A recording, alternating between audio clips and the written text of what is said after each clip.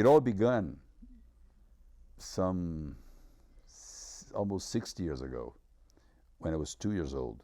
Uh, my grandfather used to live in the interior of Brazil, middle of nowhere at the time, and he was a hunter, and he had an indigenous Brazilian indigenous guy as a friend, as a pal. They used to hunt with him all the time. And ironically enough, two hunters taught me every element of love, respect, and knowledge I have acquired as a base to what I do in life today. Uh, those hunting trips we took together since the age of 2, they would teach me elements of nature, like how to understand how cold is going to be the night by looking at the color and the thickness of the purple color area in the sky on sunset, for example. So you could say, you could understand how cold it's going to be at night and prepare. Or how to smell things in nature and follow tracks, how to understand nature much better than I could ever imagine that I would learn anywhere else. And once you understand something as beautiful, or start understanding something as beautiful and special as nature, you fall in love, obviously. And that's how it started. Well, after my mother died, I was 8 years old.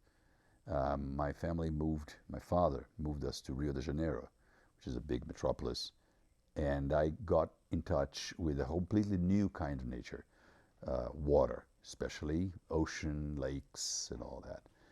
And right away, I started my rowing career. I started on sports.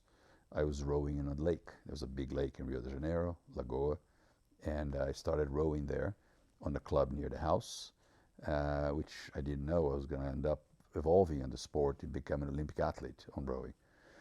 But during those days, I started 11 years old. During those days, there was a lot of older athletes, and we were a very tight group, and I used to go follow them to Agulhas Negras, which is the first national park of Brazil, which have beautiful rocks and mountains. It's 3,000 meters high, almost, which is not that much, but enough to make me fall in love with mountains and rock climbing especially. So we used to take buses and then walk for 18 kilometers up just to get there and live the experience.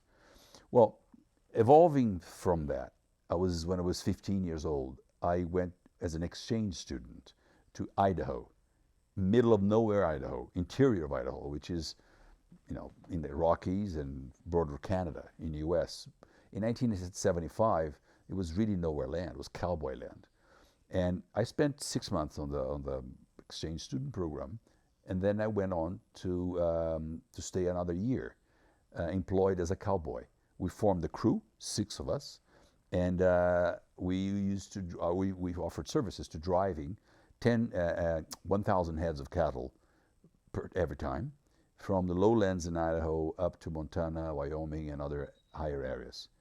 It was beautiful. I don't believe they paid me to do that. I would pay to do that if I had to.